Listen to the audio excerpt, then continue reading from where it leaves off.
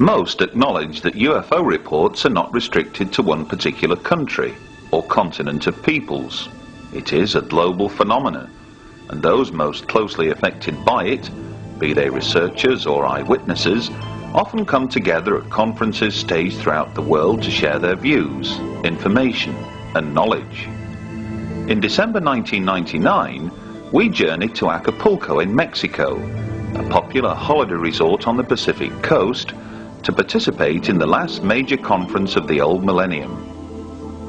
Countless holidaymakers flock to Acapulco from countries far and wide throughout the year, drawn by sun-drenched beaches, magnificent bays, and nightly festivities which are a throwback to ancient Mexican culture. But the main attraction of that December week was undoubtedly the Congreso Mundial OVNI, an event which saw several sparkling presentations by some of the best-known figures in international UFO research. During our week-long visit, we caught up with several of the speakers during breaks in proceedings to seek their views on matters which are both topical and of particular relevance to their own field of study. Among them was Dr. Bob Wood and his son Ryan, who, over the past couple of years, have made several outstanding breakthroughs in analysing countless documents pertaining to an alleged covert UFO study group known as Majestic 12. Later, we hear from Dr. Richard Haynes, widely acknowledged to be the world's leading expert on UFO and pilot encounters. And we discover what persuaded best-selling author Whitley Strieber to turn his attention to a new book on the environment entitled The Coming Global Superstorm. But we begin with Bob and Ryan Wood, who later this year will be among the guest speakers at the 19th Leeds International UFO Conference. The manual is an instruction manual for personnel to recover crash saucers and ship the parts to various places. It does include special procedures for shipping from overseas. And so in that sense, it embraces the overseas aspect. Right. It's important to remember it is a field manual for troops in the field.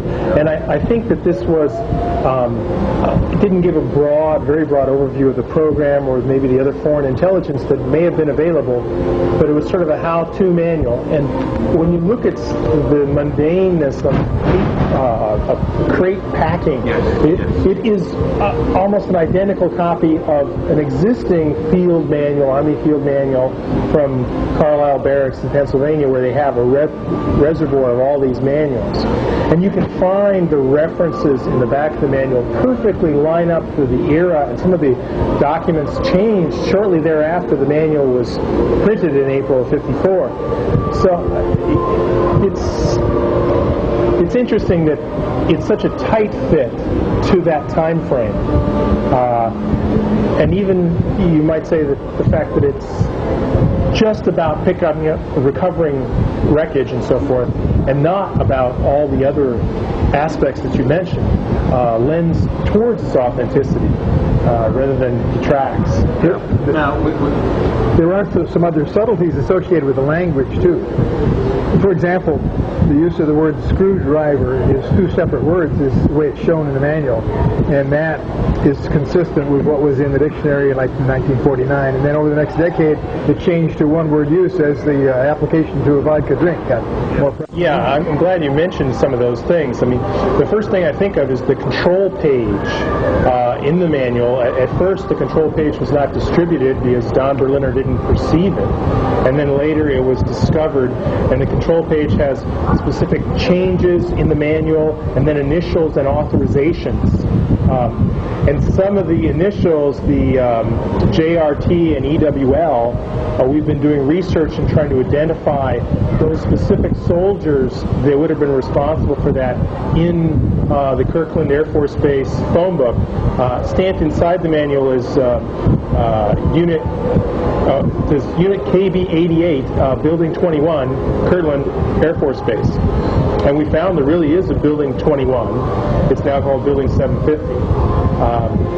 And we can't determine whether or not there was a Unit 88, but we're in a correspondence with the historian historians of Kirtland Air Force Base, and we've been given verbal authorization to get the historic phone books to review and look for EWLs and JRTs, and then ultimately find those soldiers and ask them those questions. Well, we certainly welcome criticisms or concerns about the authenticity of the manual. In fact, we keep a running list of the best way to deal with those concerns. And well, one of the concerns, for example, was a raised Z. And what happened was, when I first met with a specialist at the government printing office and asked him, I said, well, what do you think about this manual, this document? Does it look authentic to you or not? And he studied it and puzzled over it for a little bit, and he said, well, it looks to me like the type is right, monotype modern. And then he looked and he says, and it's interesting, he said that every so often the Z's are raised like we used to get in those days. And I said, well, why is that? And he said, well, because once in a while in letters that were not frequently used, they would only have a few master brass letters in the stack, and then every so often you get some sort of a piece of lead on the bottom, and you would find a repetition of the Z being raised in particular. So my partner's son went to the Stanford Library, and he found a document that was authentic, 1954, with just a few raised Z's. And you actually see lots of variability in the E's, in the A's, not so much on their lining up, but the formation of each of those letters when studied under 400% magnification. You can see that it's a mechanical process. And the answer is that as Stan Friedman and I followed the trail of the Special Operations Manual, he continued to receive correspondence from Timothy Cooper, including copies. And I didn't know that. And then, as we were talking along, he said, well, I'm getting stuff from a guy who lives in California. In fact, he says he lives a lot closer to you than I do, Big Bear Lake. Why don't you go up and visit it? So I called him and went to visit this guy, Tim Cooper. And he said that over all the years that he'd tried to get some interest from somebody in the UFO community, I was the first person to drive up the hill and say hello. So he was therefore motivated to exchange information, and after a couple of meetings with him myself, then Brian and I met with him together. We've probably had 6 visits, many dozens of hours. Yeah, 20 or 25 hours time with him.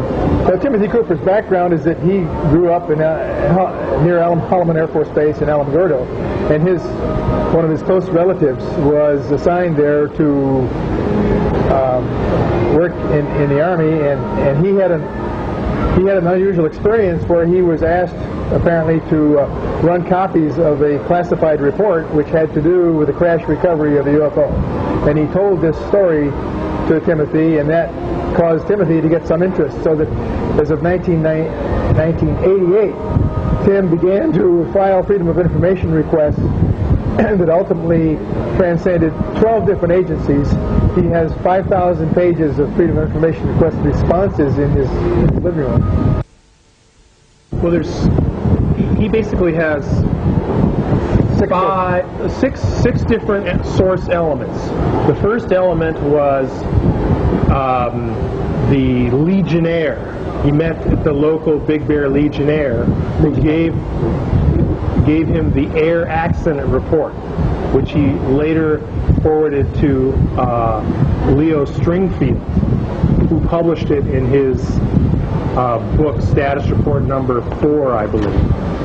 And then he had another source, a CIA archivist, who apparently contacted him and met him in person in a parking lot and handed over the Marilyn Monroe document, which mentions MJ-12 and the 5412 committee in the lower left-hand corner and signed by James Jesus Angleton. Now, was that an original document or was it a photocopy? Both are photocopies at present. And then the next source or rival was Cantwheel, the alias Thomas Cy Cantwheel, as we've I think Cy is his middle name or first name, but Thomas Cy Cantwell. And you got mailbox drops first, and then there was an in-person meeting with Tim. And then Salina. There were 3 mailbox drops and then a meeting. Right. Then Salina, the daughter of Cantwell, a year later, sort of, I believe after Cantwell passed away, sort of wrote a note and attached more documents and said, my father's dying wish to the effect is that you have these. And so they were delivered. And then finally, in 1999, on July 9th, he received a package from a source called S1 in the mail, and also a package from the source S2, which included a large manuscript that was originally unclassified, that was stamped Top Secret Magic. So those are the 6 sources that Tim Cooper winds up being the conduit for. Now, it's important to emphasize that, Tim tried to correspond with Dick Haynes and Tim Good and Stan Friedman and maybe a couple other serious researchers, and wrote them letters, gave them documents and so forth, tried to get them interested at all, and they weren't really responsive or interested.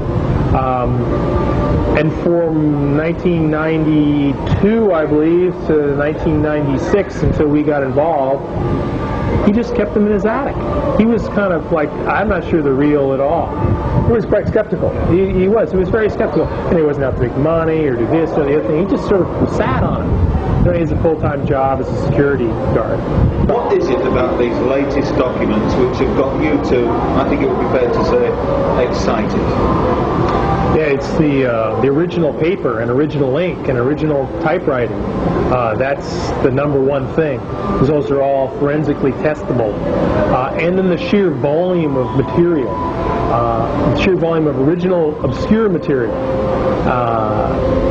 When you talk about obscure material, what do you mean obscure material? Well, things that you couldn't even contemplate fabricating unless you had a degree in military history, had 10 or 20 years as an archivist in one of the many presidential libraries or national archives. I mean, you need those skills to try to create or fake something. They're just the most weird recent or difficult to find. Yeah. The most recent documents that have arrived really contain quite a range of material, in the sense that some of it is stamped in red Top Secret Magic or Top Secret MJ12, and others of it are merely newspaper clippings that were included in the original Blue Book files. So now we're talking, forgive me, we're talking about Blue Book documents that are not contained in the National Archives. Yes. New Blue Book documents. New Blue Book documents. Many of the documents are unequivocally Blue Book documents. One of the documents not only references Blue Book in sort of a notation on the upper right, but it also identifies MJ12 and paperclip files, all in the same document. But the document itself is a publicly available technical paper on nuclear propulsion. Right. Yeah, that's actually one of the ones that are posted on the website on www.majesticdocuments.com. Is we posted the first 10 or 15 pages of a report on isotope thermal thrusters by John Martinez, who is alive and well today. And this report is stamped Top Secret Magic on it. It's a photocopy now, but the man's alive. He has the right expertise and background. Everything sort of checks. The only thing that hasn't been done is to go confront him or ask him, did you write this? And that's a tricky situation, because I believe for the first time we have somebody who's fingerable as a source for reverse engineering and reverse sciencing. Here's a technical paper with Top Secret Magic on it. It's talking about propulsion technologies in the 50s, or actually his papers are from the 50s in some cases, but this is actually a 1968 or 69 paper. So it may sound an obvious question, but how can we have a process guy? Well, the first thing he would do, suppose he's still cleared, he would call a security office and say, Bob and Ryan just came by to visit me and asked me about classified material. What should I say? How should I deal with that? I want to plan that and think that through a little bit. But is this a name that's, you know, it's out in the open? It is out in the open, but nobody really understands to go find it. Except until now, I just told you. We have a long list of actions that we should be taking. One of which is, for example, contacting Dr. Ray, REA. There's a lot of names in these documents. That's right. Right, and then the 93rd Technical Services Unit, I have their complete roster. These are the people that recovered the wreckage from Roswell, according to the Interplanetary Phenomenon Unit. Detachment 3 ran around, picked up all the wreckage and so forth. There's 160 some odd names of privates, sergeants, PFCs, so forth, that were responsible. And I've found 30 of them on the internet, on Yahoo search, people search. And I've started calling some of them. And the question is finding the people that are in Detachment 3. Some of them have recalled, yeah, I was in New Mexico, I was there, but not talking about anything unusual. It's like, I picked up rocket debris all summer long. That's what happened to me. That was the one case, and we have probably another 20 witnesses that can be researched that are easy before you start getting the names that are exceptionally difficult to find. It clearly gave the coordinates of landing zone 2.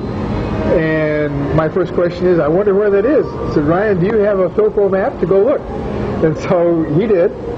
I got several copies and mailed them to all my friends. And sure enough, about 800 feet or so from the Trinity burst is this longitude-latitude coordinate.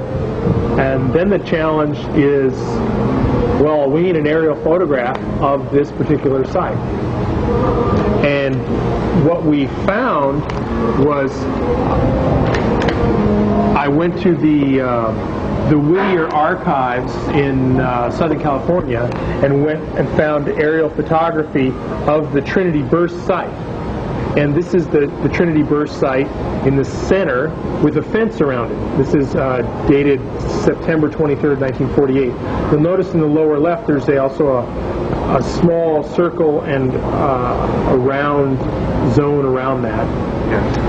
And that is the coordinates of LZ2. And I found this particular picture before the summer drops happened at all. I mean, like March or April of this year.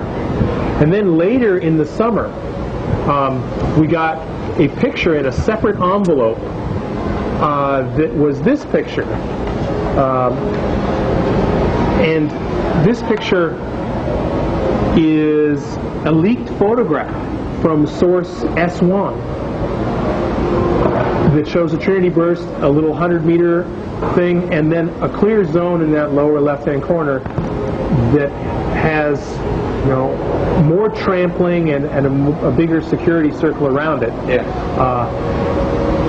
And so it's very interesting to note these two particular photographs, clearly showing that something happened. The next photograph we want to get is the one that's dated, you know, June 30th, 1947, that there was nothing there. If the Majestic 12 documents turn out to be the real thing, then clearly elements of the United States Air Force will have had a prominent role in any decision-making process. Over the past 50 years, many Air Force pilots have submitted their own official accounts of UFO encounters. But it's not just military pilots who have attracted the keen interest of American researcher Richard Haynes. His interviews with civilian pilots and flight attendants have helped Richard amass a personal data bank comprising of over 3,000 UFO pilot reports. It is, by far and away, the largest collection of its kind in the world.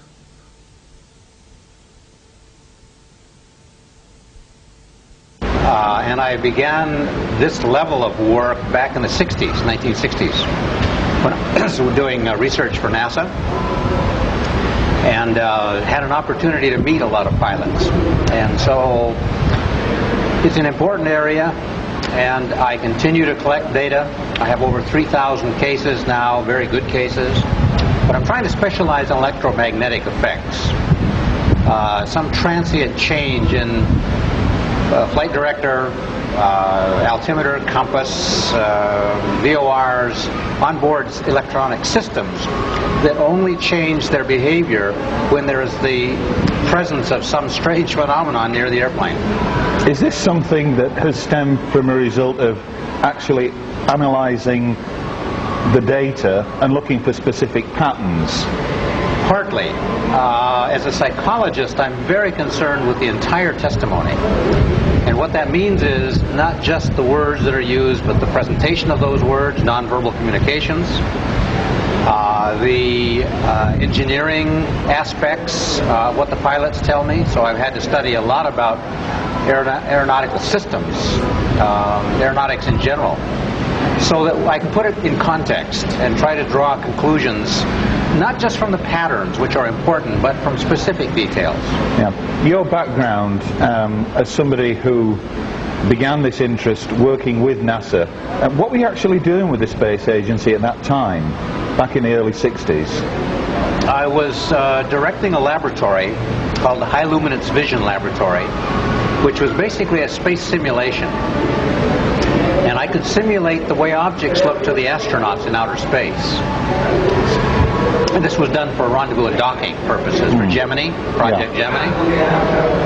And during that research, I came to discover that I could set up an optical situation in my laboratory. It was a clean room, before there were clean rooms.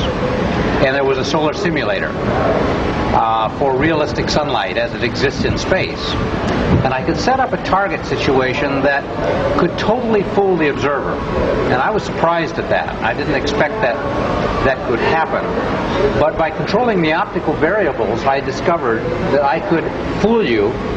I could make you see anything I wanted you to see practically. I could change shape, color, size, intensity, orientation, distance.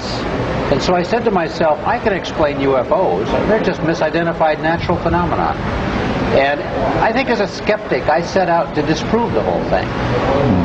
Well, it wasn't very long before I found out that I was wrong. I couldn't explain everything that way. Yeah.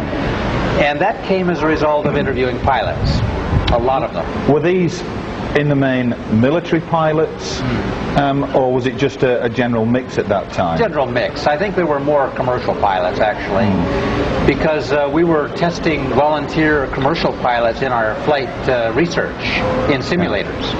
But was there one specific incident that you can recall that set you on this trail, if you like, of making damn sure that when the opportunity arises, you can have a quick word with those pilots, and then if necessary, if the pilot's conducive to your line of questioning, do a lengthier study on a particular incident and the like? Yeah, well, was there one thing that stuck out? I wish I could say yes, but my conversion was slow and gradual, because I'm a skeptical, kind of a stubborn person. Yeah. And I had to let the data speak for itself, and the data came in bits and pieces. So it isn't any one case, although there are many spectacular single cases that I've looked at. It's the constellation. It's the message that is embedded in many, many high-quality cases from pilots. As I fly commercial around the world, I try to make it a point to talk with the flight crew, both the flight attendants in the back and the flight crew up front. And I must say that I'm getting about 15 to 20%. Really? Roughly 1 out of 5 people I talk with say yes, they've had a strange sighting. That doesn't mean that it's a, quote, traditional UFO, but it's something they couldn't identify. Yeah. And with their experience, that's significant, you see. I will share one that took place over Lake Michigan on an L-1011 filled with passengers on July 4th, 1979, I think it was. I don't remember the year, very frankly, because I have so many. It's hard to remember them. But they were on autopilot at cruise altitude, cruise speed. The sun is above them and slightly behind them. And the captain told me, face to face, sitting in the cockpit of this airplane later on when we reconstructed the whole event, that he was sitting back in his seat with his hands behind his head, just, you know, nobody's flying the airplane, it's flying itself. Sure. His co-pilot is turned in his seat looking behind him to the flight engineer talking about something. And the sky is blue and no cloud up ahead.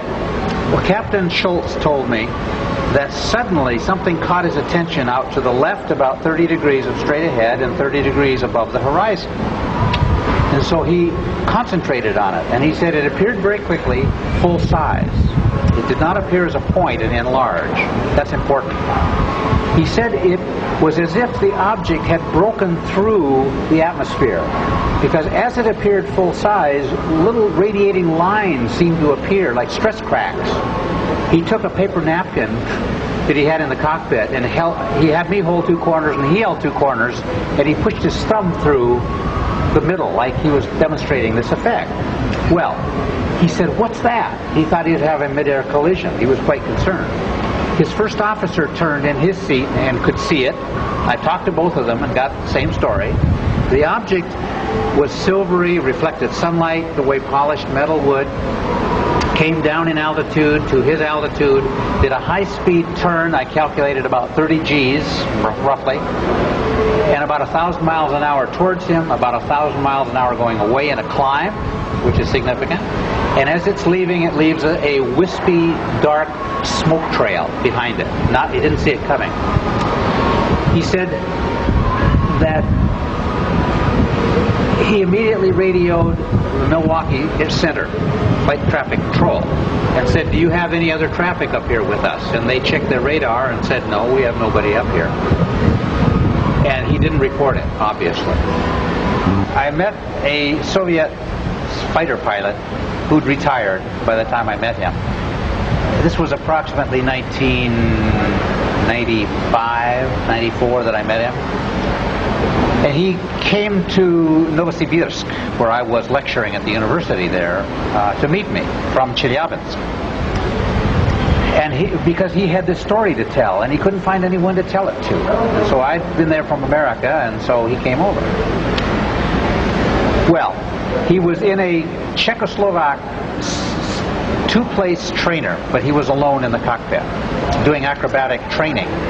It was a clear, sunny day, very cold, as you might imagine, in the Ural region. Well, he was doing acrobatic loops, vertical loops. And as he would come over the top and start down the other side, he was generally in the northerly direction. And the city of Chelyabinsk, which is about 1.5 million people, was to the north of him.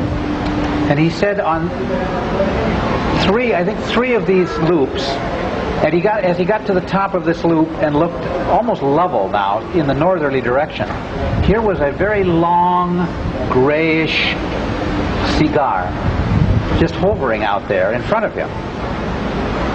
Well, he was flabbergasted. I mean, he was shocked.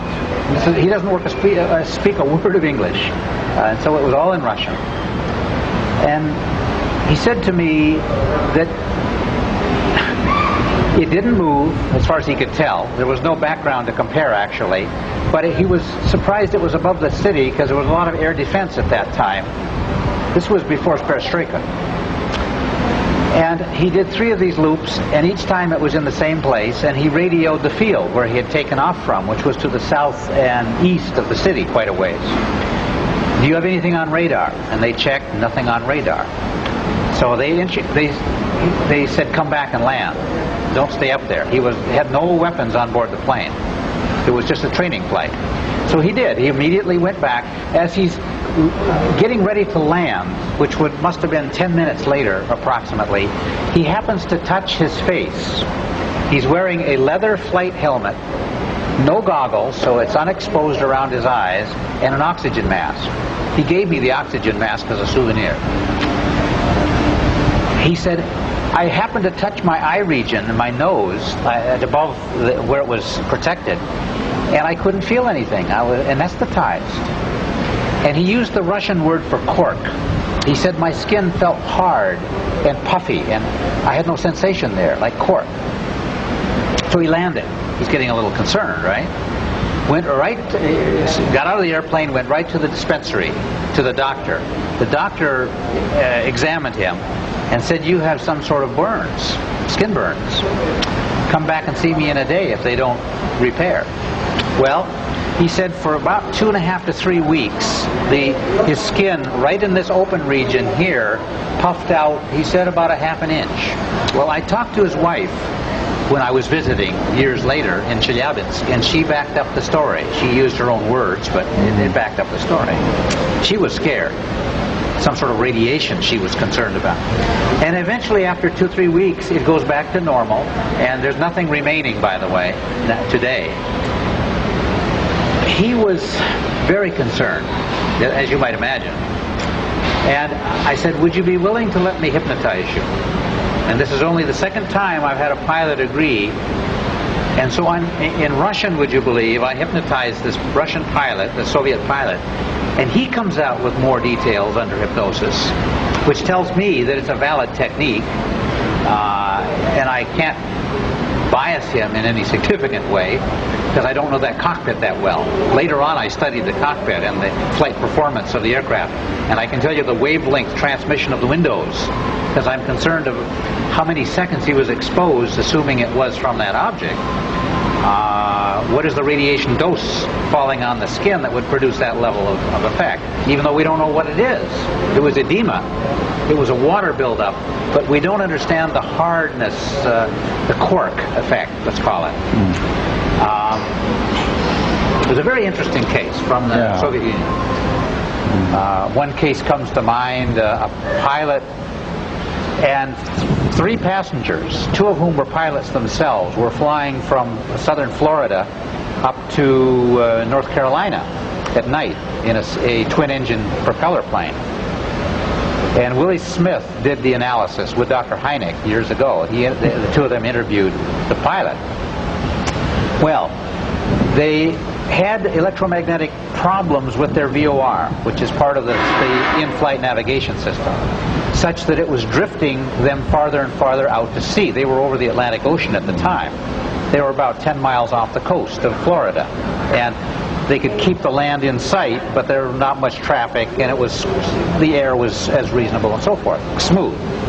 Well, that's the first part of the story, that they're drifting more and more. So air traffic control, I think in Atlanta, calls them and says, "Where are you going? Correct your flight path 10 degrees left, get back to land, so to speak, because you're drifting further and further." And they check their VOR and find that it's correct, that it's reading correctly, even though the radar from the ground tells them they're in the wrong place, more and more. Well, this happens twice. They have 2 corrections in flight over about a 40-minute period. Well, at one point, off to the east of them in the dark night sky, they see a light coming towards them, and it's fairly fast, it's fairly bright. They think it's an airplane. So he flashes his landing lights, which is standard operating procedure, right?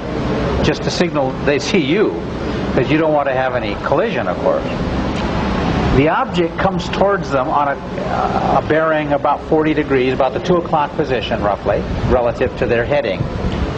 Comes down to their altitude, and the witnesses claim that this was a triangle, an equilateral triangle, whose sides were vertical. You can think of that. So it isn't a thin triangle, it's a thick triangle, about 6 stories high. What's that, 60 feet, 70 feet thick, and at least, I forget that the estimate was hundreds of feet side to side to side on the 3 sides, and a triangular opening in the middle. And the pilot said it was such a huge opening that he was contemplating flying through the middle of this thing to avoid it. The object comes to an instantaneous stop at some unknown distance, where they don't know how far away it was, and reverses 180 degrees and goes off as it has come at a high speed. until it's out of sight. Well, as interesting as that case is, that's a non-aerodynamic vehicle as far as I'm concerned. It's not ball lightning. It's not birds. It's not a balloon for lots of reasons. It's not stealth technology, because you'd never build anything that's stealth that way. We don't know its propulsion. It did not produce a shock wave. In that case, there were no electromagnetic effects as it was near the airplane. Perhaps the earlier effects, we don't know. It had very bright round lights, like headlights, along this 60-foot high front facing it. It flew front forward, by the way, not point forward. Each of these round lights were estimated to be 6 feet in diameter and white.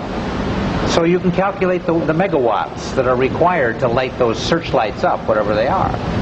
And by the way, I don't think they're portholes, and I don't think they're lights. I think they're a direct artifact of the propulsion system. While putting pen to paper has never been a problem for Richard Haynes, the same can't be said of Whitley Strieber.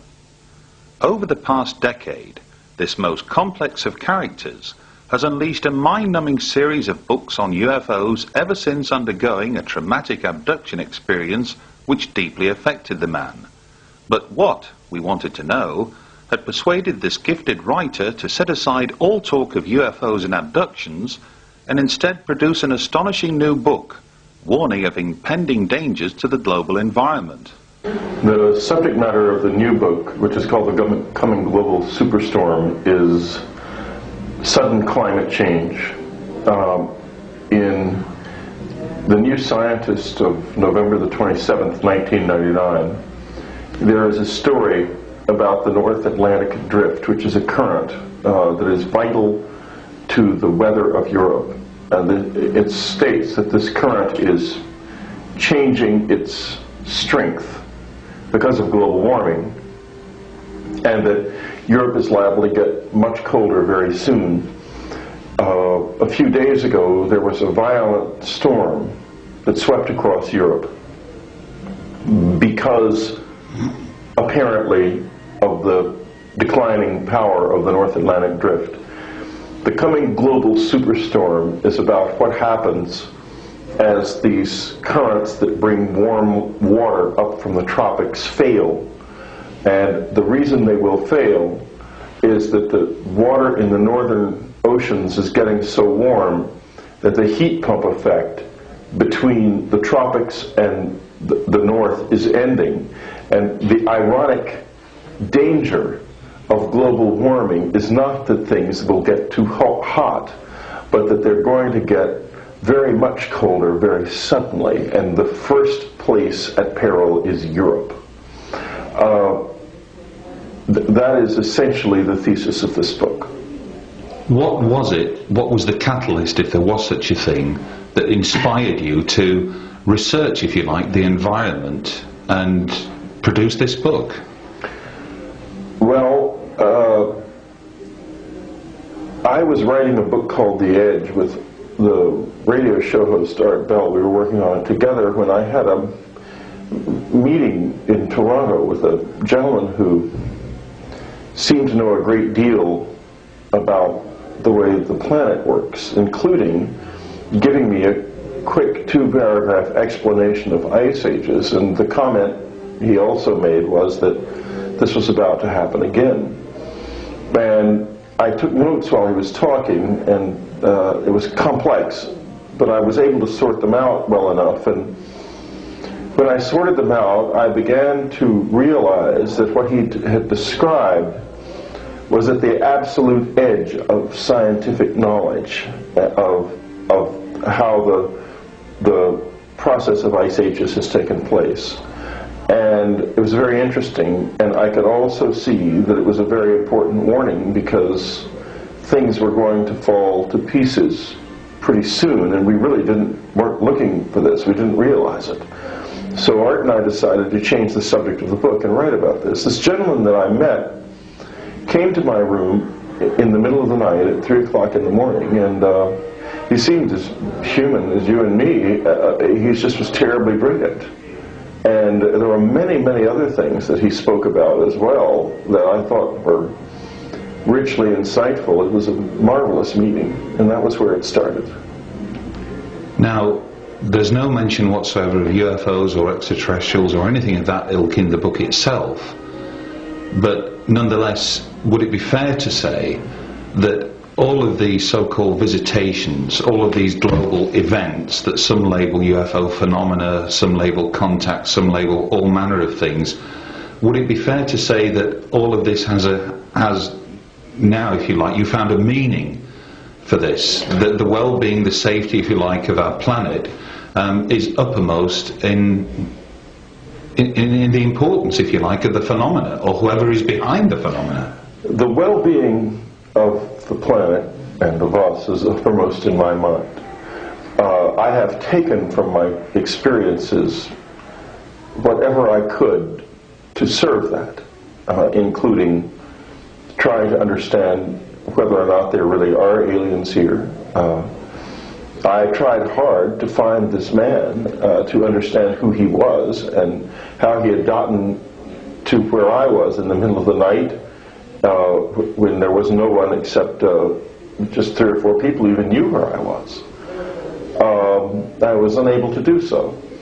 I consider him to be in some way connected with the phenomenon, but I don't know how. He seemed totally human. Good evening, Acapulco. Buenas noches, Acapulco. The UFO Congress in Acapulco was a memorable event, made all the more so after the Pope gave his personal blessing to the organisers, through his close friend and Catholic Church theologian, Monsignor Corrado Balducci, the same Pope who only a year before had travelled to Mexico City and been greeted not just by millions on the ground below, but an extraordinary fleet of spheres which appeared directly overhead.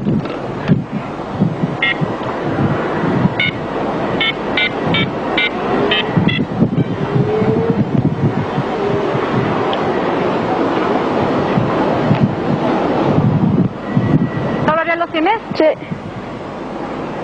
No se vaya a acabar la pila. No, son 20 minutos de pila. Ah, bueno. ¿Por dónde van, No los veo.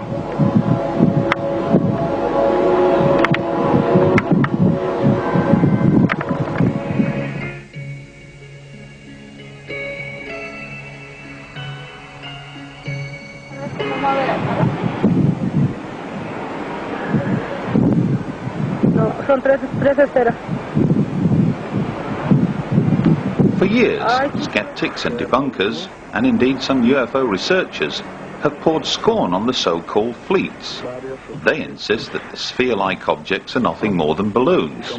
However, during our visit to Acapulco, Russell Callahan stumbled across a little-known but crucial fact that belies this argument. Well, here we are putting the final touches to another edition of UFO's Hard Evidence. And just reflecting on what Graham had to say there, the trip to Acapulco was indeed fantastic. It was a privilege to be invited there to speak. We actually showed the Mexican people some of the NASA footage that has got people talking across the globe, really, by way of a thank you. Let's be honest now, Mexico has provided some of the best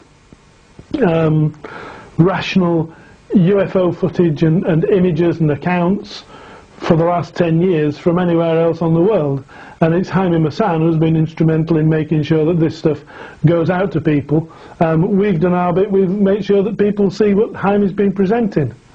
Now, some people will have different feelings on some of the Mexican footage. For instance, we saw there Roman Catholic city, or a Roman Catholic country. Mexico City alone has 22 million people. 98% of those are Roman Catholics. The Pope's visit was important and it meant a lot to those people. Shall we say that the fact that footage was recorded on the day of the Pope's visit isn't surprising. The Catholic Church, as we've seen in earlier editions of UFO's Hard Evidence and of course in the magazine, are embracing the subject in Mexico City. The word UFO is in the Vatican's own directory, and Monsignor Corrado Balducci seems to be at ease with the subject with the Mexican people. So much so that when we stood there on the Wednesday night and heard Corrado Balducci deliver the Pope's personal blessing on the Congress and wishing it success and happiness to the people who were there, it's a milestone that wasn't talked about anywhere other than in Mexico. Surely that should make the news, you know, but that's another story. What we're talking about is, are these fleets the real McCoy? Are they balloons? Are they hoaxes? Are they stars? Well, the stars for me, no. The skeptics seem to hang on to anything and everything that's feasible. Stars can't be stars in the daylight. These things are moving about, for goodness sake. Look closely at the footage. They don't move in the same direction. These things wander around each other. The formations change, especially this one on the day of the Pope's arrival. The formations are constantly changing. Birds don't fly like that. Birds tend to stay together and move together. And if we watch carefully, we can see that there's different motion, different speeds within the actual fleet or flotilla or whatever you'd like to refer to it as. We don't know what they are. One thing that I'm fast becoming to accept that they aren't are balloons. Now, we've heard over the years, and last year there was some remarkable footage shot in the south of England that the people at the television company who recorded this footage didn't want to share it with anyone, so the only people who saw it were those fortunate to be in the south of England on the night of the newscast, or if someone's been fortunate to see a recording of this thing.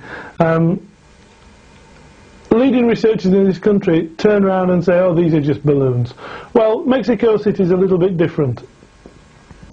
This country, 600-700 feet above sea level is the norm. The high peaks up on the moors of Yorkshire and up in the Cumbrian mountains, 1,100 feet above sea level. That's nothing. You know, Mexico City is thousands and thousands of meters above sea. Staying with Jaime, who lives in Mexico City itself, I can tell you climbing the stairs to bed on a night was something of a task. You know, the breath is drawn away from you. It took me 5 or 7 days just to be able to feel comfortable with the high altitude and the low air content, or the low oxygen content within the air. This poses a problem for things like this. During the Congress, a young man was there every day with this Corona advertising blimp, advertising the Congress, but he was tethered. And I thought, well, surely they're going to fly this darn thing. It was beautiful weather, you know, it was 90 degrees in the shade, there wasn't a breath of wind, there shouldn't have been problems. I spoke to him, and in broken English he explained quite simply that the problem is the altitude in Mexico, more so Mexico City than Acapulco, because Acapulco is only a few hundred feet above the sea, but the quality of helium gas that's to go into these things to fill them makes the expense enormous to fill one of these blimps with high quality helium to get lift. Because of the altitude of Mexico City, even when we get these things buoyant, he described them as being lazy. They fly very lazily in the sky. Yes, children's balloons are available. We've seen the cartoon characters, the little silver balloons, and I've seen them where people have let go of them, and they don't achieve a great height. These things seem to saunter about at 10-15 feet above the ground and end up getting caught in the electricity cables that are only maybe 20 feet above the road. Now that's due quite simply to the atmosphere, the air conditions in Mexico City. Again, very high altitude, very thin air, the helium just can't lift the balloons, and to say that a fleet of balloons could be released, hundreds of balloons, in the Pope's image we've counted 50 different things there, 50 different images.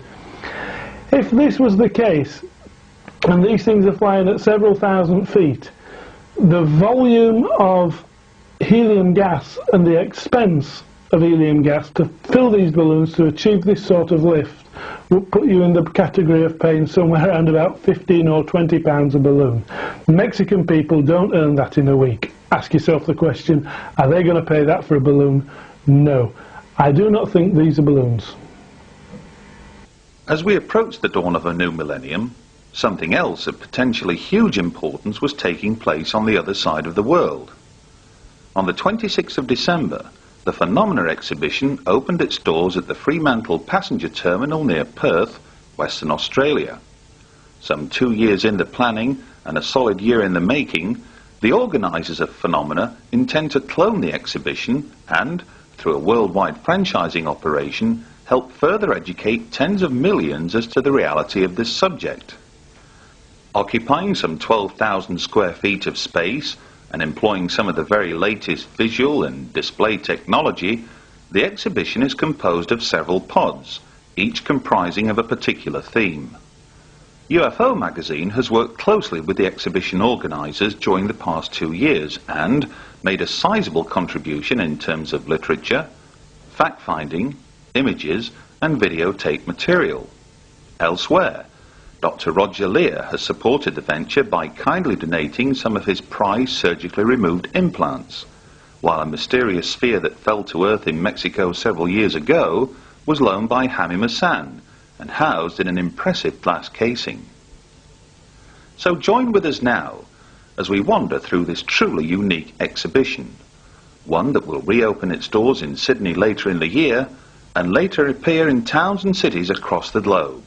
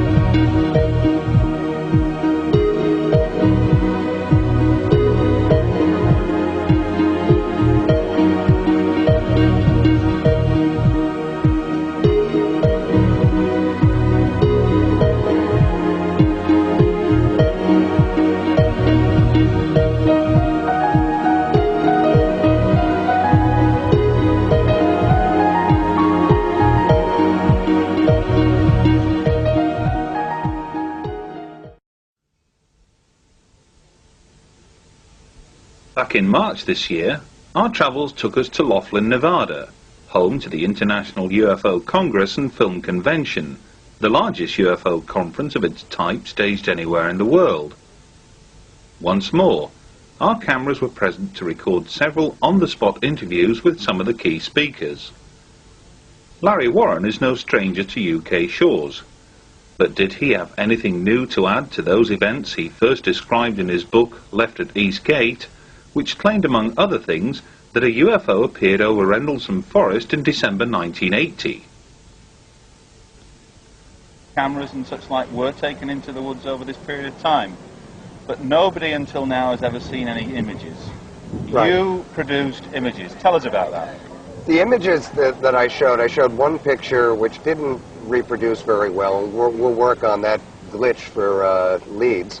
And sorted out by then, but what happened to me since our book came out, and of course we really did have a great deal of success as far as it reaching people in England, them feeling empowered that this event is your Roswell, and it is something not to be ashamed of or not look at. It's something to really sink your teeth into and get involved. Well, having a book come out, and with the advent of the internet, and which I'm not up on unfortunately yet, a lot of witnesses that went through these events had no idea that word one had been mentioned about it. They went on with their careers. They retired. And in the last few years, 5 years or so, we've seen most of the people I was with either long out of the military, starting to see this stuff come up on their computers, or seeing the book on television, Bent Waters, my God, it's out. Or on the internet, easily accessing it, because there's the Bent Waters alumni site, people that were stationed there over a 40-year period. And they're starting to see, well, this the UFO thing, it's out, and then they found it.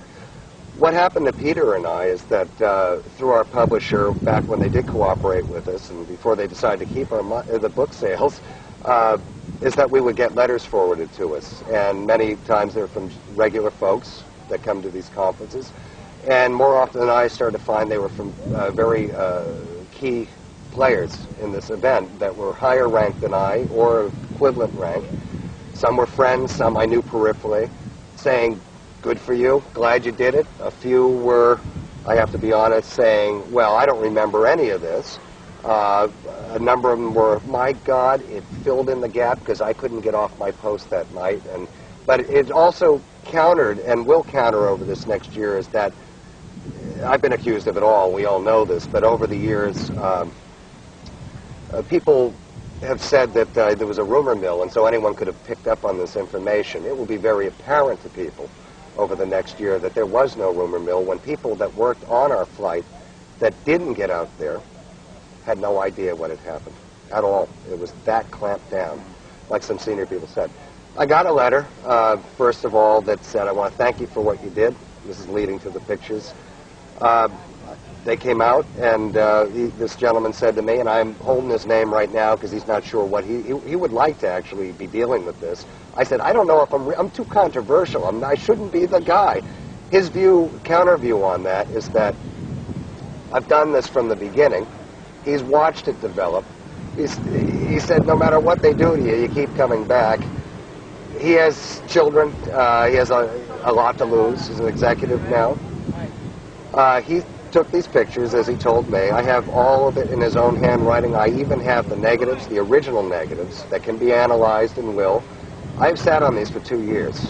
Even my dear co-author, Pete, has been very nervous about these, has been, I think, frightened of them. I have shown a few people, and over the years, I think it's one more nail in the coffin. Oh, Jesus, this guy might be right, for God's sake, and a lot of people don't want that to be. I don't want to be right. I want to know what happened to me.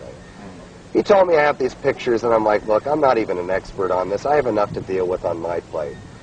And basically, this guy was involved on the first night, snapped pictures with a Canon camera that was in the back of a law enforcement car for accident investigation.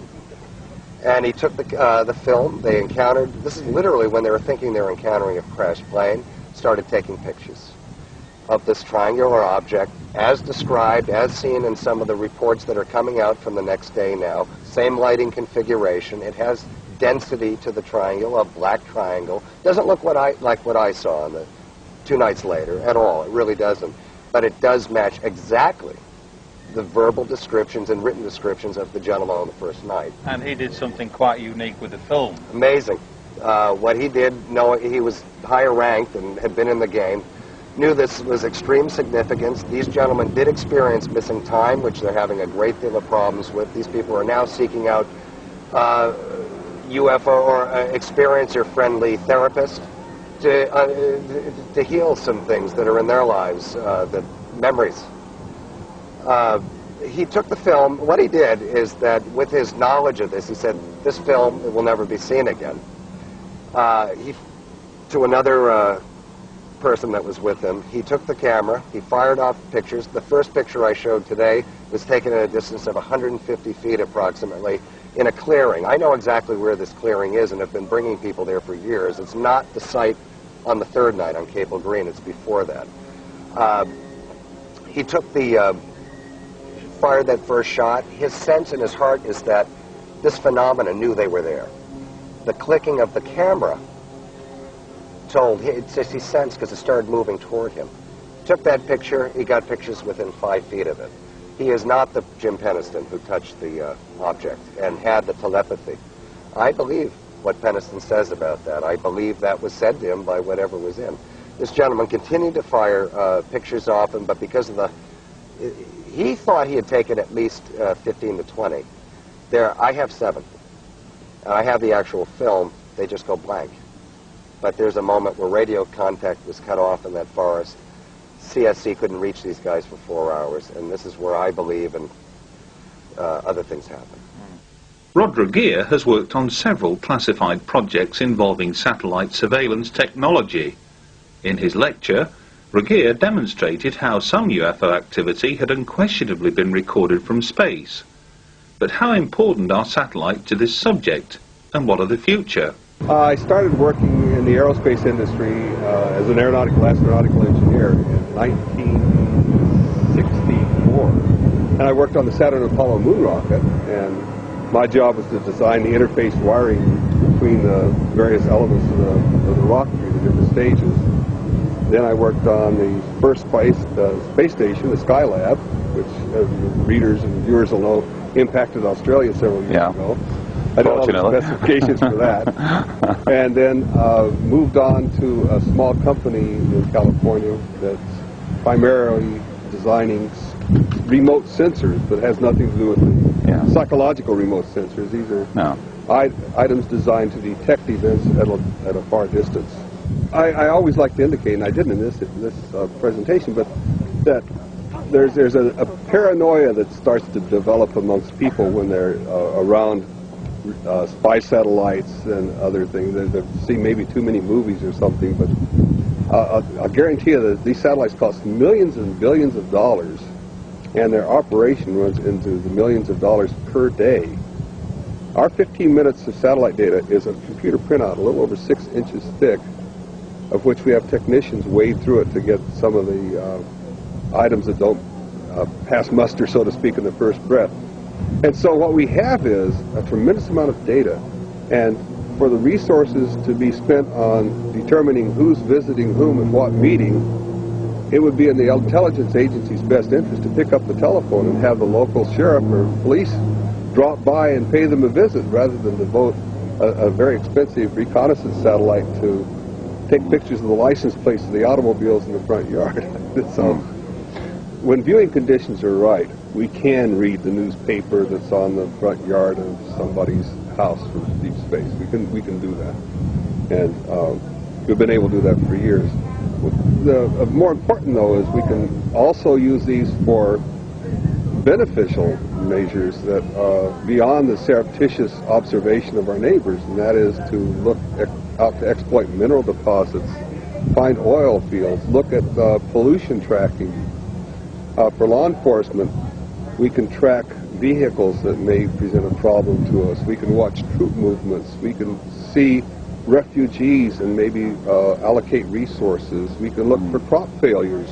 You liken this to possibly the major event in terms of credibility of eyewitness reports, in terms of the data and the like. How significant do you think it is, therefore, that we have corroboration, if you like, from an American reconnaissance satellite that something was over Tehran at that time? I think the primary importance was that it demonstrated graphically, I believe, for the first time, both the capability and the limitations. We spotted this thing, we had it, and yet we were defenseless against it. Fortunately, I think we were able to sort of sit back and say, it's happening to a neighbor, and therefore we can coolly observe it, as opposed to it's happening in my front yard and I must worry to defend my family against it.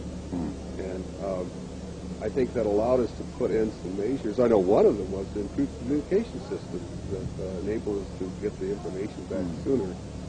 And I think that the lessons learned from the Tehran were instrumental in helping us in the Gulf War, because we've greatly increased our capability between those two events in a short period of time, when you're talking about the time lag in military procurement and activities that go along there. Yeah. Intrigued to learn of the post-Tehran reports as this thing sped through the Mediterranean and out towards the Atlantic. Presumably then, was there no means for the satellite technology? It might have obviously been passed on to another satellite, I don't know. No data to suggest that this thing was tracked by satellite at that time. Our satellite did not track it. What I believe happened is, as they change energy states, they become, the spectrum of observation shifts. And when they change energy states, we get to the point where we can't really be tracked. That's where I said the ultraviolet would be good for that. Visible light, when they reach a high energy state, they disappear. Yeah. Where do you think satellite technology is going to be, say, 10, 20 years hence from now? And what impact do you think, generally speaking, that's going to have here for people on Earth? I believe the big push, and we've already seen it start, will be on Earth resources management. And I mean that as the population continues to grow, we need to find new oil deposits to exploit, we need new mineral deposits, we need to really vigorously pursue monitoring the cleanliness of our water and our atmosphere. Where are the sources of pollution? And we can do that readily from space. So that the person who's doing the pollution can be tracked down and not his innocent neighbor who happens to have a smaller checkbook. So the biggest growth area I see is in enabling you and me to have a much better life as a result of applying this technology to our day-to-day living experiences, traffic patterns, cattle and animal migrations, and there's all manner of, we're only limited by our imagination, by what we can see looking down at this beautiful planet of ours, and wisely trying to monitor and care for it and nurture it. And I think we've got an opportunity to do that now that we've never had before. At the beginning of the year, Peter Gersten, head of Citizens Against UFO Secrecy, challenged the US government in court to come clean about its knowledge of flying triangles. After winning a preliminary judgment in his favour, he later lost the argument when the judge ruled in favour of the government. Although this interview was conducted before the appeal, it nonetheless affords a fascinating insight into the mindset and thinking behind one of ufology's most influential characters. Peter, fantastic interest throughout the UK in the recent trials and tribulations, shall we say, regarding your efforts to challenge various government departments as to the dissemination, if you will, of documented information relating to triangular craft. You're the man on the spot, shall we say. How would you appraise the current situation? I mean, this is quite a unique thing, isn't it, to get the judge to actually side with you? Oh, yes. This is the first time CAUSE has brought Citizens Against UFO Secrecy. In the last 20 years has brought maybe 6 lawsuits. This is the first time the judge has been receptive to my arguments. Receptive to the point of directing a governmental agency to provide a UFO group with additional information. Now, what is it about the triangles that you feel is so significant, or is this just a part of the whole big picture here? Well, you're right on both accounts. Number one, it's part of the big picture, but it also involves an object the size of a football field that can hover, or what's described as, from witnesses as floating, which is unusual to describe a mechanical craft, that can accelerate rapidly, attain high speeds, that's virtually noiseless, that has orbs around the sides that detach and attach. I think that since this object is being seen in populated areas over the last 20 years, not only in this country, but in England and in Belgium and other countries, I think it's time we found out about it. And what's more significant is that when we inquired of this object from the Department of Defense, they told us they conducted a reasonable search and can find no information on this object. As far as I'm concerned, they're lying to us. It can't be possible because they searched the Defense Advanced Research Projects Agency and they had no information. They searched the Joint Chiefs of Staff and they had no information. And the Department of Defense is charged with gathering intelligence and providing security for the citizens of this country. So how can they not know about an object that's seen at treetop level in populated areas over major cities in this age of terrorism? Well, the Department of Defense, for whatever reason, has not come to the courtroom, has not sent any attorneys. They are represented by the U.S. Attorney's Office. And they just toe the party line. They treat this as any other Freedom of Information request. The agency does the search. If they don't find documents, they move to dismiss it on the grounds a reasonable search was done. If they find documents, they either release them or withhold them on national security grounds. And that's what I thought this case would be about. The Department of Defense would find documents and say national security, as they did in the other cases CAUSE brought, and that would be the end of it. No judge has gone against that ruling. But they didn't. They stated they found no documents. They did a reasonable search. So the U.S. Attorney is just putting forward that position that they didn't have to do an exhaustive search. All they had to do is a reasonable search. They did a reasonable search. There are no documents. What we submitted, what Citizens Against UFO Secrecy submitted, were 33 affidavits from people that actually saw the object, were willing to come forward, put it down on paper, and then swear to the contents. So we submitted this to the judge, said, Judge, look, this object exists, Judge. It exists not only over the last 20 years, but it was seen last month.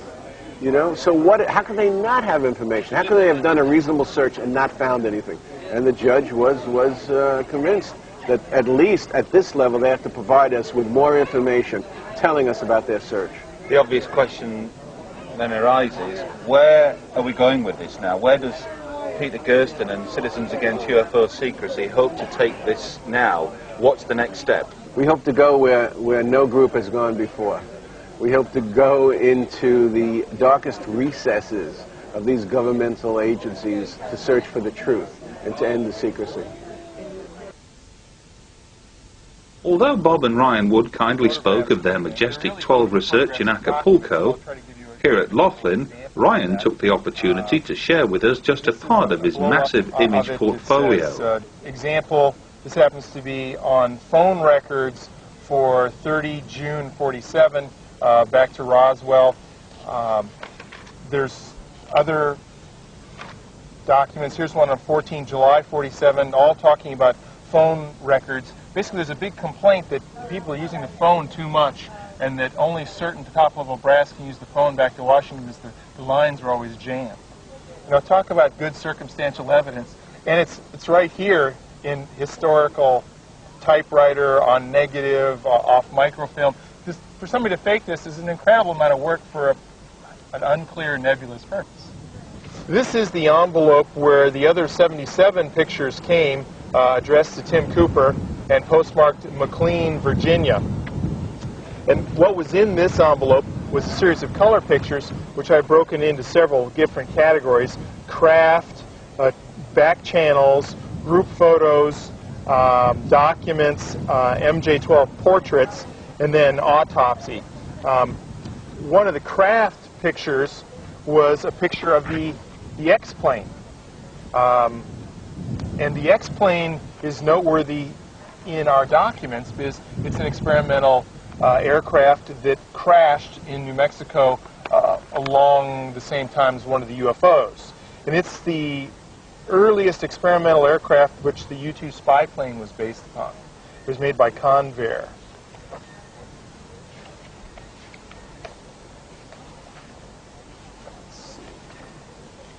I'll mention this one for a second. This is a unusual looking craft that says DOD video, and what I just realized really after watching Wendell Stevens give his talk is that this looks very similar to the egg beater type craft that was near Area 51, or was alleged to come from Area 51, with these funny looking protrusions. So I think that this is actually a U.S. built craft of some sort and not extraterrestrial. And that brings up a whole new thought in my mind of, am I getting junk along with... This is a picture of sort of an unknown object. It's unclear, and it's not sure that we don't have it right side up or upside down, but it looks like a spacecraft of some sort, although there seems to be like rivets or spark plug-like edges, which are consistent with some other witness testimony for craft. A couple of Russian or KGB officers, an MJ-12 back channel. We don't know his name. This one is a KGB intelligence chief. I can't remember his name right off the bat, but you have identified him. Yeah, one of our friends has got a name. And then here's a group picture of a variety of the MJ-12 players. Forrestal being front and center with Vandenberg and Bradley over here. And this is an admiral of some sort. He has a naval uniform on, Yeah. but I don't know his name. And this one around the table. Okay. Which is... Yeah. And this is a picture of the Scientific Advisory Board in 1947 with Theodor von Karman at the head of the table and the label of MJ-12. It's not clear if everyone was cleared or briefed for MJ-12, but I think that many people were involved in the reverse engineering. It may have been parceled out and they've only given one aspect of the problem to work on, but these people were most likely involved in a serious way. Earlier we mentioned how Dr. Roger Lear had kindly donated some of his surgically removed implants to the Phenomena exhibition. But what is it about these implants that the makeup of the implants themselves points to an extraterrestrial presence? Well, I was the one performing the first surgery because it was a foot case, and the general surgeon then acted as my assistant.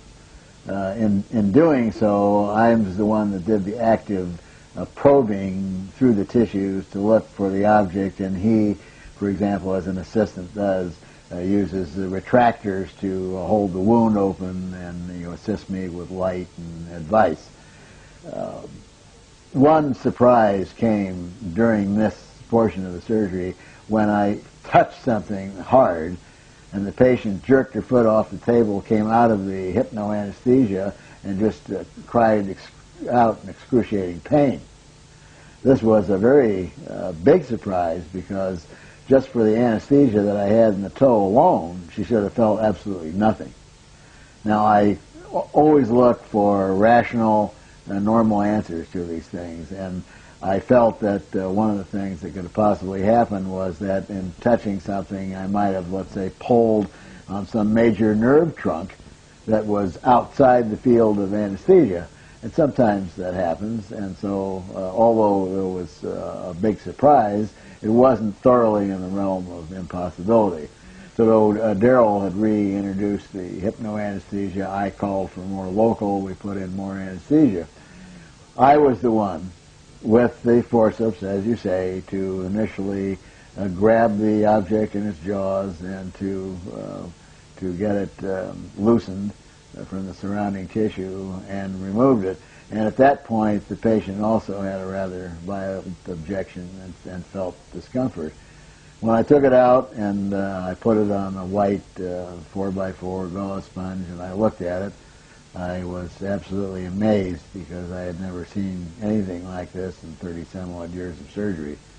And when you look at the general surgeon's clinical history too, he was just as amazed because he'd never seen anything that looked like that either. The next step was to ascertain as much information that we could from the material at hand. And the material at hand consisted of two types of material. One was the metallic portion of the implant, and one was the biological portion. Then we could say that the biological portion also was subdivided into two portions. The tissue that I had removed that surrounded the area where the implant was in, and the tissue that composed the membrane itself. So our first concern was the tissue that surrounded the implant. That's the first thing that went out for analysis. That's the first thing that I got reports on. That is the first thing that probably pushed me over the edge from a consummate skeptic to a maybe strange. How so? Because we found two things in the surgical pathology, came back separately. They were only told, laboratories were only told, that this was soft tissue surrounding a foreign body and the place that it was taken from. The primary concern of a laboratory when receiving a soft tissue specimen today is whether it's malignant or benign. That's their primary interest. And so, first of all, they came back, the tissue was benign. There was nothing there to indicate any kind of malignancy, no tumor-type tissue. Next thing what we found was that the tissue contained no evidence of an inflammatory response. And when I saw this, I read the first report, I said, gee, this is weird, what kind of a fluke is this?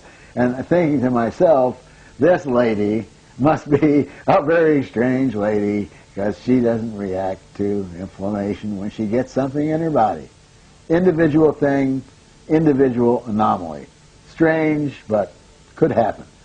Then I read the second pathology report, which came back on the gentleman with the object and the hand, and again, in different language, different words, but saying the same thing, no inflammatory response. And I said, wait a minute.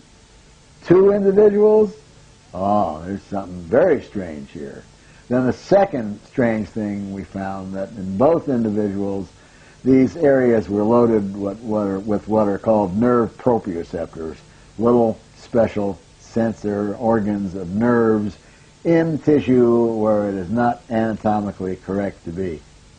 Anatomically, if we look at the body, or we look at the chart, or we look at a copy of Gray's Anatomy, or if you do surgery for 30 years, there's areas in the body where structures are constant. In other words, if you opened up a toe, you would expect to find bone. You would expect to find muscle. You would expect to find some blood supply. You would expect to find some nerve supply. Nerves and specialized nerve tissue run in the areas where they're supposed to be anatomically correct. If you look in a book, this is the training. Most human beings, if we open them up, certain areas of the body, all the anatomical structures will be the same. So that's actually what allows surgery to take place.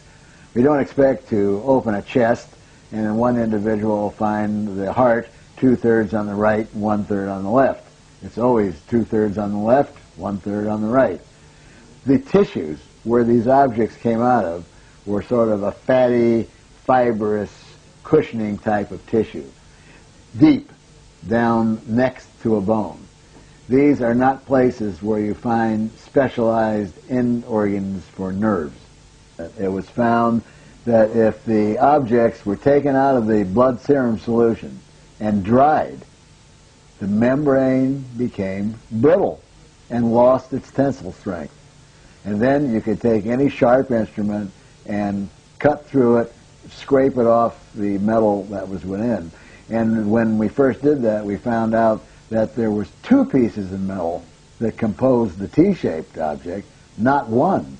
But it would be impossible to know that as it came out of the body because you could not move one little metal member on the other. It would not move. It was wrapped so tightly with this membrane structure, one piece of metal would not move upon the other.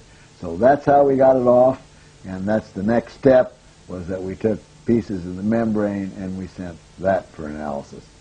The results of the membrane analysis, again, was one of the many surprises now, one piled upon another, which propelled me into an area that I wound up in today. The membrane was composed of only 3 simple human biological substances. One is called a protein coagulum, which just means that it's protein derived from clotted blood. That's the bulk. And in this bulk, if you look at it under the microscope, you see some brown granules that look like raisins. And these brown granules were subjected to an iron stain. And it came back positive, and it was determined then that these brown granules was a substance called hemosiderin. And hemosiderin is an iron pigment.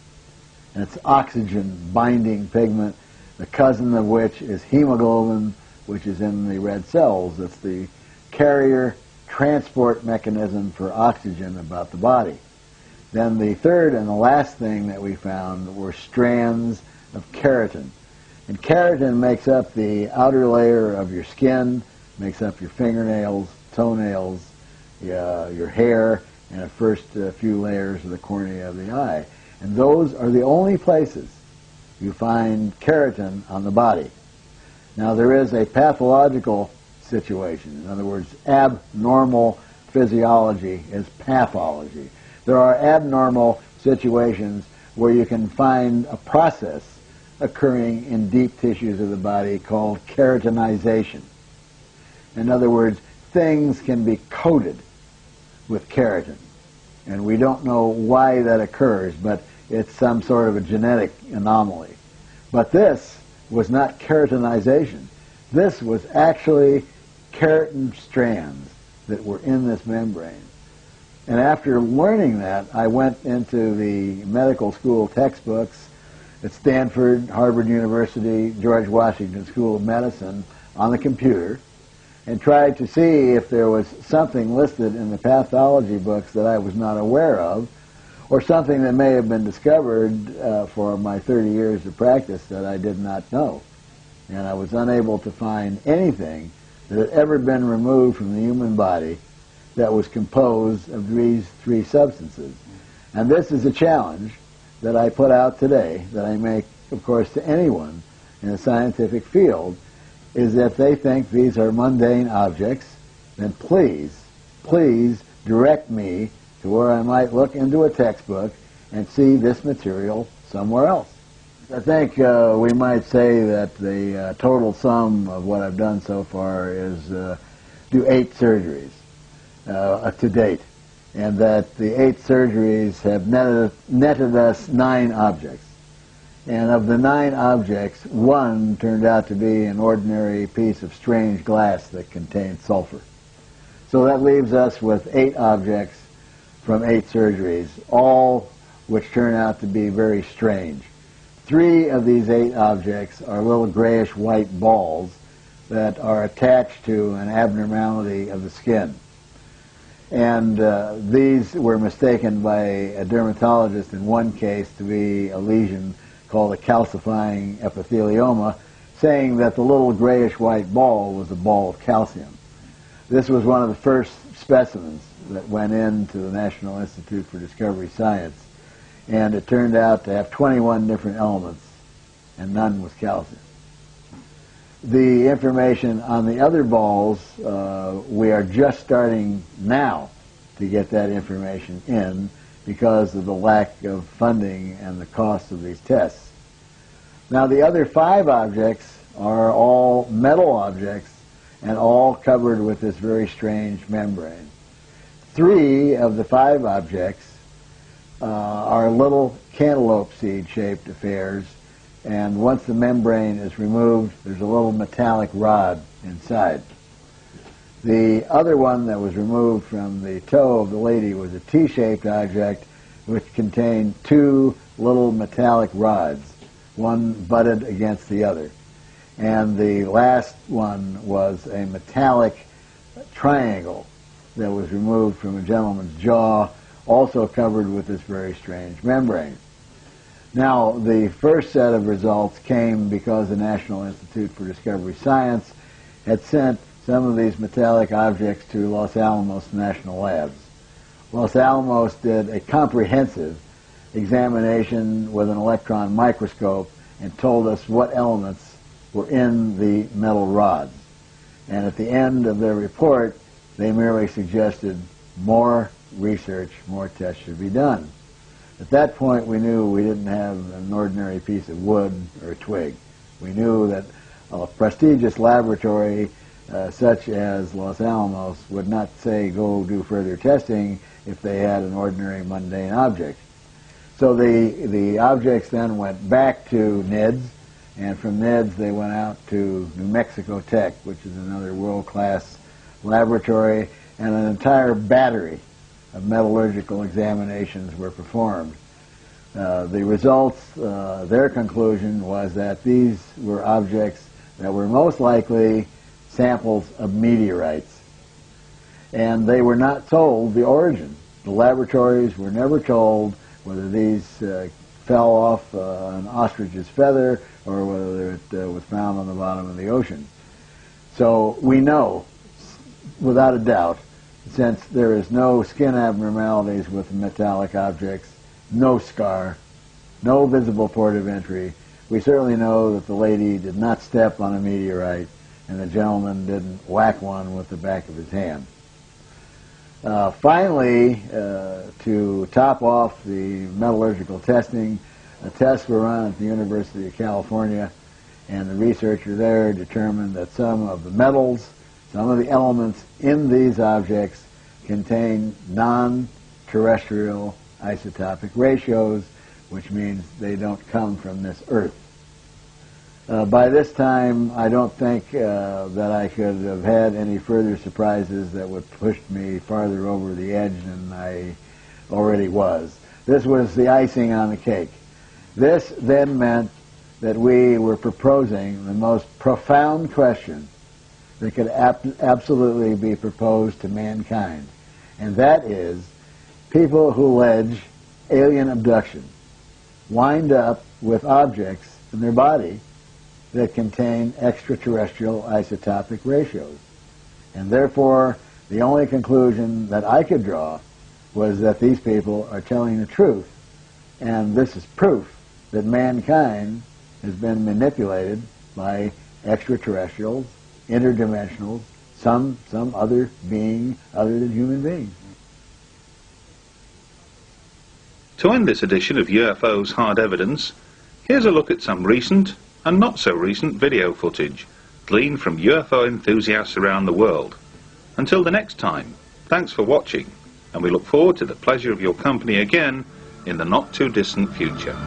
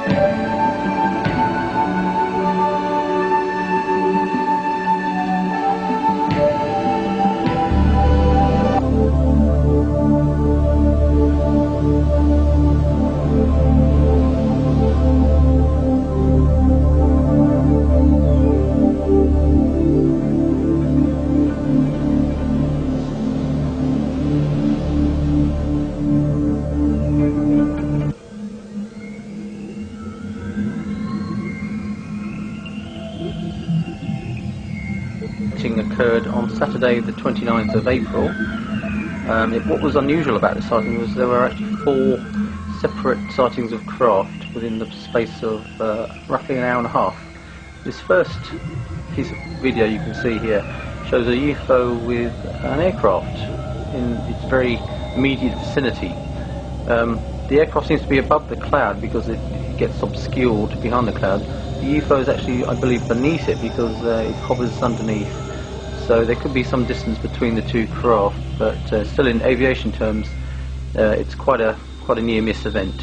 So I think it's quite significant for those reasons. You can also see that there's quite a bit of aircraft traffic in the vicinity. It's a very busy part of London. You've got City Airport in the east, and you've got traffic coming into Heathrow in the west. It's very busy. This second sighting occurred approximately 30 minutes after the first, at around 3:22 p.m. Again, this object was quite indeterminate in shape, possibly spherical, very reflective, and was visible for approximately about a minute. Again, it appeared beside a cloud, hovered, and disappeared. Okay, we've seen 2 objects this afternoon. One was just a couple of minutes ago, very high altitude, that direction. It wasn't very near, but definitely a solid structured craft. That's 2 sightings in about 35 minutes, so it's very, very exciting. I'm hoping that one of these craft... This third object was probably the most unusual out of the 4. It consisted of a dumbbell type of craft, 2 spheres very closely linked together. As you'll be able to see from the video, there seems to be a kind of rotation going on with these 2 objects, and you'll also notice the top of the spheres seems to blink in and out of visibility, very unusual. Again, suggests that this isn't a balloon or 2 balloons strung together, because again, it's swaying on a particular axis, and if these were balloons being buffeted around by the wind, you wouldn't really expect this kind of uniform rotation going on. I believe that personally this is some kind of dumbbell craft that is actually coming in and out of our dimensional plane, if you like. God knows what the physics involved is, but you know, one minute you can see this object, and the next minute it's kind of hazy. This final object appeared at approximately 4:20, roughly 35 minutes after the dumbbell craft. Again, it just appeared from out of the blue. What's interesting about this object is that it seems to hug the contour of the clouds. Now, it seems to me that it's definitely under intelligent control. If it were a balloon, you'd expect it to just be blown around randomly in the sky, but it's actually following the contour of this cloud as if to keep itself concealed from inquisitive eyes. This whole event drew to a close roughly about 4:25. So we're talking about an hour and a half in which 4 craft appeared at separate times. Again, this is sets a precedent for me. I think it's very significant that these craft are appearing in greater numbers and more often. I think there's definite hint that this is an attempt at communication by the occupants or the pilots of these objects.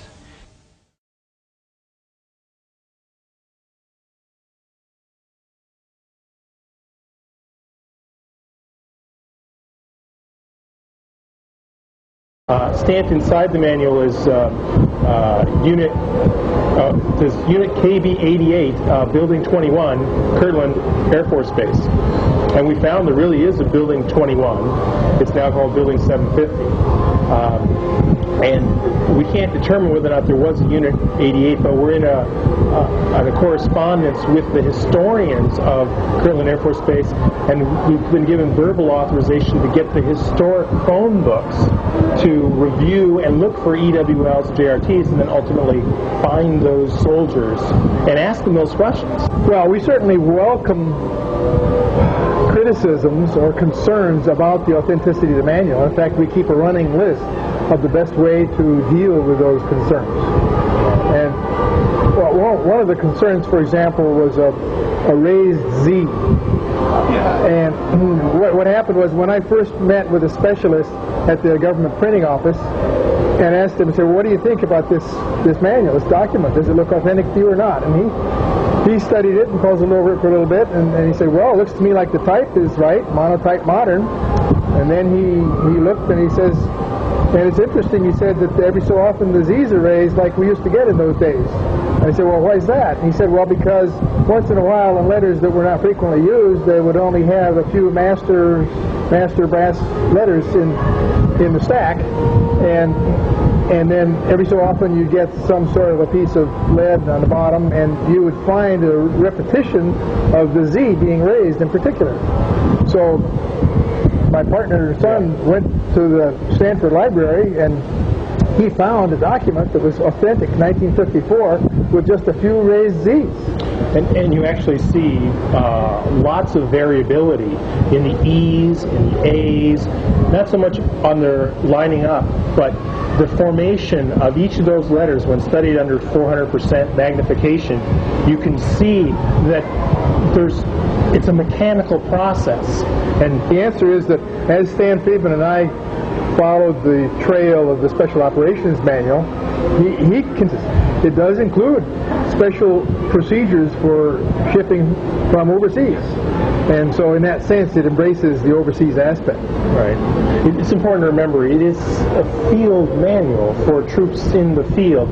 And I think that this was, it didn't give a very broad overview of the program or maybe the other foreign intelligence that may have been available, but it was sort of a how-to manual. And when you look at the mundaneness of crate packing, it is almost an identical copy of an existing field manual, Army field manual from Carlisle Barracks in Pennsylvania, where they have a reservoir of all these manuals. And you can find the references in the back of the manual perfectly line up for the era, and some of the documents changed shortly thereafter the manual was printed in April of '54. So it's interesting that it's such a tight fit to that time frame. And even you might say that the fact that it's just about recovering wreckage and so forth, and not about all the other aspects that you mentioned, lends towards its authenticity rather than detracts. There are some other subtleties associated with the language too.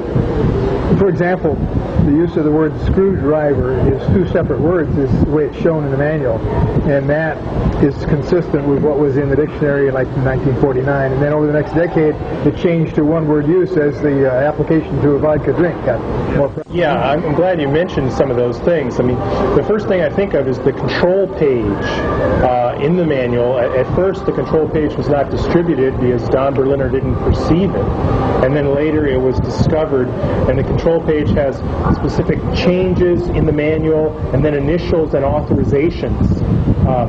And some of the initials, the JRT and EWL, we've been doing research and trying to identify those specific soldiers that would have been responsible for that in the Kirkland Air Force Base phone book.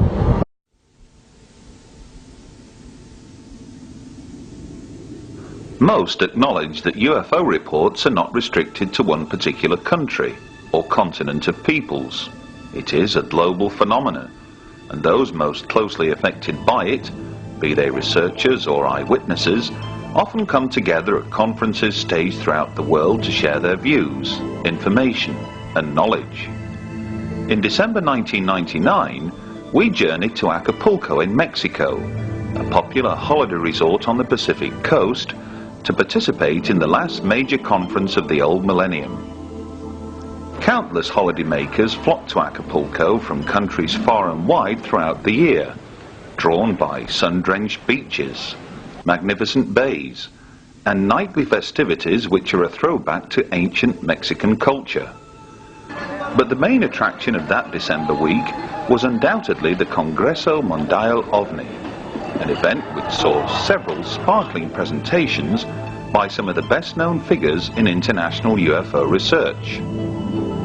During our week-long visit, we caught up with several of the speakers during breaks in proceedings to seek their views on matters which are both topical and of particular relevance to their own field of study. Among them was Dr. Bob Wood and his son Ryan, who, over the past couple of years, have made several outstanding breakthroughs in analysing countless documents pertaining to an alleged covert UFO study group known as Majestic 12. Later, we hear from Dr. Richard Haynes, widely acknowledged to be the world's leading expert on UFO and pilot encounters. And we discover what persuaded best-selling author Whitley Strieber to turn his attention to a new book on the environment entitled The Coming Global Superstorm. But we begin with Bob and Ryan Wood, who later this year will be among the guest speakers at the 19th Leeds International UFO Conference. The manual is an instruction manual for personnel to recover crashed saucers and ship the parts to the right place. Continued to receive correspondence from Timothy Cooper, including copies. And I didn't know that. And then, you know, as we were talking along, he said, well, you know, I'm getting stuff from a guy who lives in California. In fact, he says he lives a lot closer to you than I do. Big Bear Lake, why don't you go up and visit it? So I called him and went to visit this guy, Tim Cooper, and he said that over all the years that he'd tried to get some interest from somebody in the UFO community, I was the first person to drive up the hill and say hello. So he was therefore motivated to exchange information, and after a couple of meetings with him myself, then Ryan and I met with him together. We probably had 6 visits, many dozens of hours. Yeah, 20 or 25 hours time with him.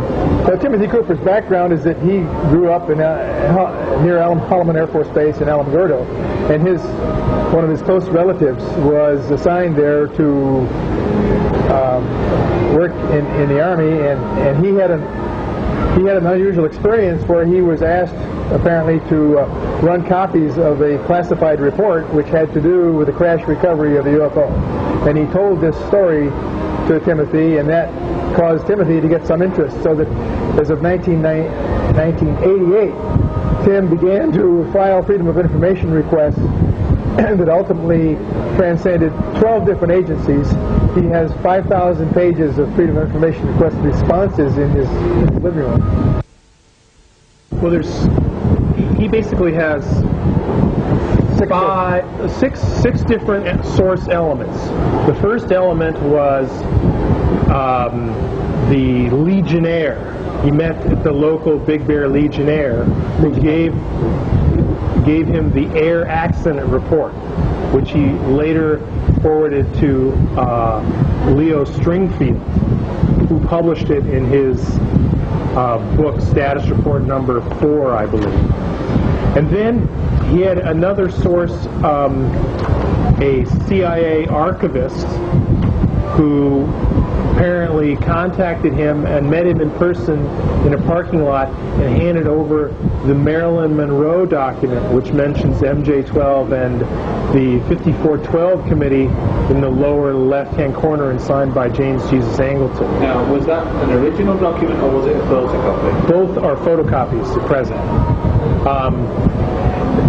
And then the next source or rival was Cantwheel, the alias Thomas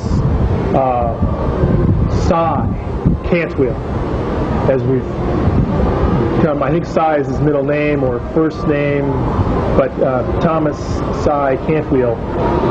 And you got mailbox drops first, and then there was an in-person meeting with Tim.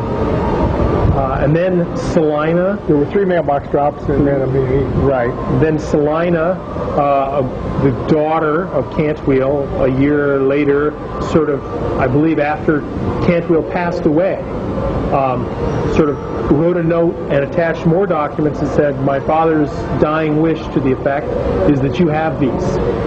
And so they were delivered. And then finally, in 1999, on July 9th, he received a package from a source called S1 in the mail, and also a package from the source S2, which included a large manuscript that was originally unclassified, that was stamped top secret magic. So those are the 6 sources that Tim Cooper winds up being the conduit for. Now, it's important to emphasize that, Tim tried to correspond with Dick Haynes and Tim Good and Stan Friedman and maybe a couple other serious researchers, and wrote them letters, gave them documents and so forth, tried to get them interested at all, and they weren't really responsive or interested. And from 1992, I believe, to 1996, until we got involved, he just kept them in his attic. He was kind of like, I'm not sure they're real at all. He was quite skeptical. He